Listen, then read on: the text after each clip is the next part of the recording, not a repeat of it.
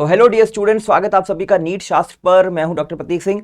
आज फिर नीट की हियरिंग जो मंडे को आज को शेड्यूल की गई थी, आज भी कोई डिसीजन नहीं आया है और इस मैटर को कल के लिए फिर से पोस्टपोन कर दिया गया है और कल फिर से हियरिंग होगी। कुछ इंपॉर्टेंट चीज़ें जो यहाँ से निकल कर आई हैं वो ये है कि जो पिटिशनर्स हैं जो री नीट को डिमांड कर रहे हैं उन्होंने बहुत वैलिड पॉइंट्स रखे हैं लास्ट के कंक्लूजन में लंच के बाद। उसके अलावा और कई छोटे छोटे पॉइंट्स हैं कि मेघालय में जहाँ पे टाइम का लॉस हुआ कुछ स्टूडेंट्स का, वहाँ ना उनको रीटेस्ट का ऑप्शन मिला और ना ही उनको ग्रेस मार्क्स मिला। तो बहुत सारे इश्यूज हैं, पेपर लीक पे बहुत सारी चर्चाएं हुई है, सिस्टेमिक फेलियर की बात हुई है, हर एक चीज़ हुआ है। 10:30 बजे से ऑलमोस्ट 4 बजे तक ये हियरिंग लगातार चली है। बहुत कुछ डिसीजन, बहुत कुछ आर्गूमेंट्स हुए हैं।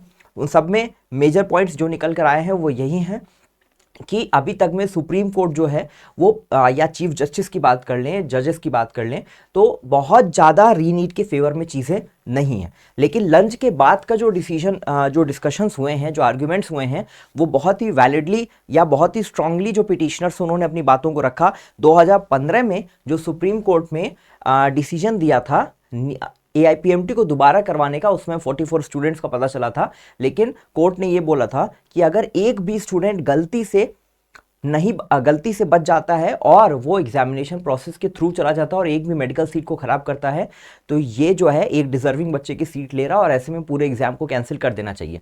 सबसे इंपॉर्टेंट बात कि ये बोला गया पिटिशनर्स के द्वारा कि जो सिर्फ क्वालिफाइड स्टूडेंट्स हैं, यानी कि 13 लाख स्टूडेंट्स का दोबारा हो सकता है रीनीट।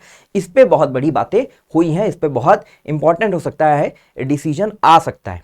ठीक है, कि चांसेस हैं कि इस चीज को कंसीडर कर ले सुप्रीम कोर्ट कि पूरे के पूरे 23 लाख या 24 लाख स्टूडेंट्स को तो हम रीनीट नहीं करवा सकते, लेकिन 164 के मार्क्स के ऊपर के जितने भी स्टूडेंट्स हैं, 164 नीट का इस बार का क्वालिफाइंग मार्क्स है, तो 164 के ऊपर 13 लाख स्टूडेंट्स हैं, तो इन 13 लाख स्टूडेंट्स का फिर से री एग्जाम करवा देना चाहिए। ऐसा सुप्रीम कोर्ट में पिटिशनर्स ने, जो री नीट डिमांड कर रहे हैं, उन्होंने सुप्रीम कोर्ट में ये एक बात रखी है अपनी कि इन 13 लाख स्टूडेंट्स को तो कम से कम नीट का एग्जाम फिर से करवाना चाहिए।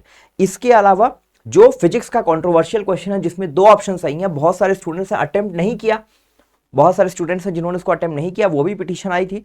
तो उस पे सुप्रीम कोर्ट के चीफ जस्टिस ने ये बोला है कि IIT दिल्ली को एक नोटिस भेज दिया जाए, वो एक कमेटी बनाए 3 एक्सपर्ट्स की और इस क्वेश्चन के बारे में बताएं कि करेक्ट आंसर क्या होना चाहिए। पुरानी NCERT नई NCERT के हिसाब से नहीं, कोई एक सिंगल करेक्ट आंसर के बारे में बात करें और उसके बेसिस पर जो दोनों मतलब स्टूडेंट्स को मिला है मार्क्स वो कैंसिल हो जाए, सिर्फ एक ऑप्शन को करेक्ट माना जाए और एक आंसर दिया जाए, ताकि ये इशू जो है वो हमेशा के लिए रिजॉल्व हो जाए। जिसकी वजह से जो 44 स्टूडेंट्स हैं जो 715 मार्क्स पे थे और इनको जब 5 मार्क्स एक्स्ट्रा मिला तो ये 720 पर आ गए जब 2 ऑप्शन सही हो गए।